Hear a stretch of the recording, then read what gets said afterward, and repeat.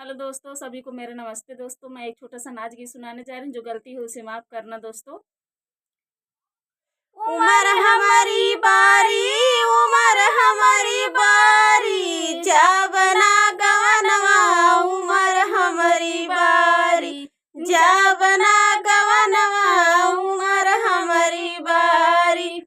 पहले अनवैया से ससुरु जी आवे, पहले अनवैया हमरे ससुरु जी आवे, रहियो मैं करे छेड़खानी उमर हमारी बारी, जाबना गवनवा उमर हमारी बारी, जाबना गवनवा उमर हमारी बारी। दूसरी अनवैया मोरे जेठ जी आवे, दूसरी अनवैया मोरे जेठ जी आवे, रहियो मैं